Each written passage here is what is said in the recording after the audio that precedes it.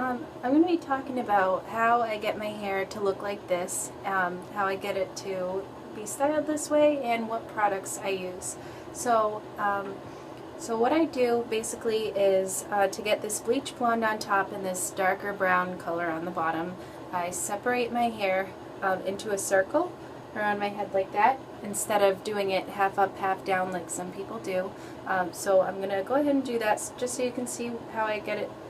How I do this. So I just kind of like make a circle all around my hair. So I'll just tie this up into a bun to get it out of the way. And I also want to make sure to include my bangs, because to get this look, it's really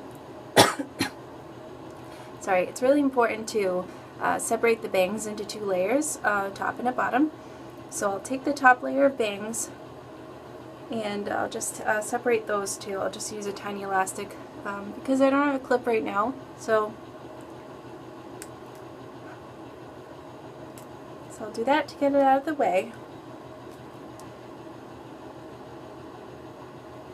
Alright, so now I probably want to clip this piece of hair up there too.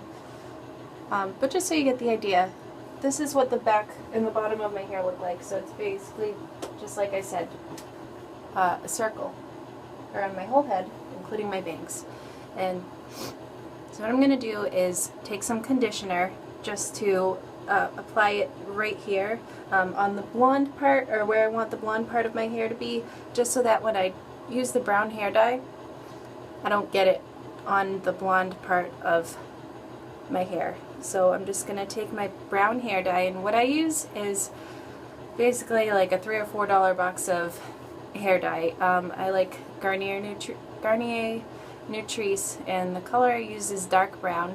I find that when I use that, and when I use the $15 hair dye, it takes the same amount of time to fade and it has the same effect.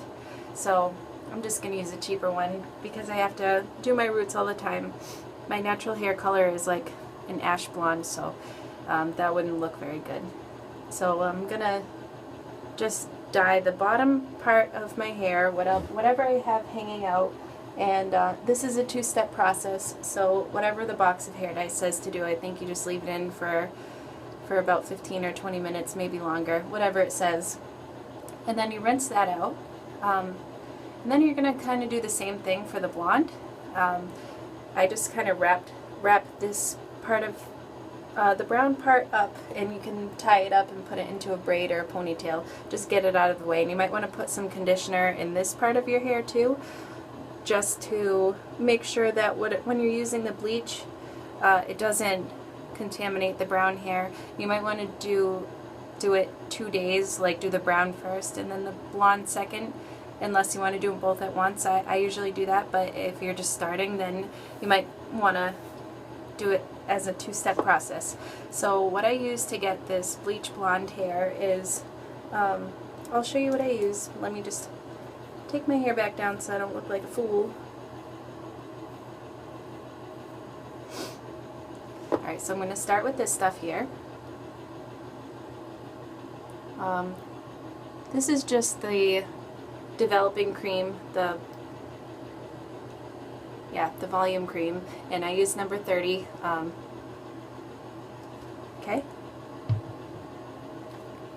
And I use this powder. It comes out a purpley color. I'll show you.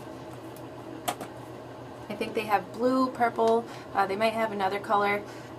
I think it just depends on what color hair you have. This one says it's for medium brown to light blonde hair, so this one's right for me. Most of the powder is blue. So this is what I use, and it says here to mix 2 scoops of this tonal powder lightener with 1 ounce of volume cream.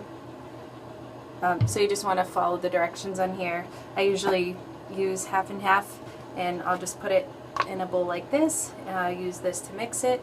I'm also going to use this to color the blonde part of my hair. For me, I'll only need to touch up the roots because the rest of my hair is blonde anyways, so it's pretty easy. Once my hair is separated, I'll just divide it with this and separate it and do the roots and just do that over the whole part, and then tie it up after it has the hair dye in it, just so it doesn't touch the brown part. And I want to include the bangs too. That's really important, to have this chunky hair separated. And you want to do that because when you let your hair down, it's like a really cool effect where it's like you can see that there's clearly two different colors. So you want to keep that away from the brown part of your hair until you're ready to rinse it out. And then you'll rinse your hair out and, you know, just condition, rinse, style your hair however you want to. And you end up with something like this. I really like it. I've gotten a lot of compliments on this hairdo. I think it's cool because if you put your hair into a ponytail, all your hair is going to look brown. However, if your hair is down, your hair looks blonde. So, kind of cool. When I trim my bangs, and I do it myself, I just find that it's easier, it's cheaper, faster, whatever. So when I trim my bangs, I do separate them again, and then the brown hair that's hanging down below, I just, I'll just trim that so it's not in my eyeballs. And then with the blonde part, I want to make sure that it's shorter than the brown, so it has like a peekaboo effect. So in order to do that, I'll just take my scissors. I'll do it right now, but I just want to, I'll just show you because I need to trim anyways. This is how I trim my bangs.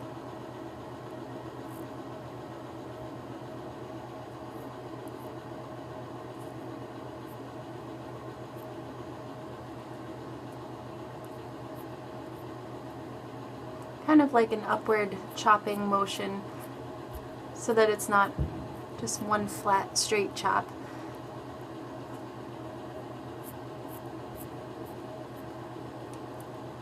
So pretty much just like that. You can use any colors. It doesn't have to be brown underneath. If depending on where you work, you can have it be pink or red or something cool like that. But for me, I'm going to do brown. And voila. Hopefully this was helpful, and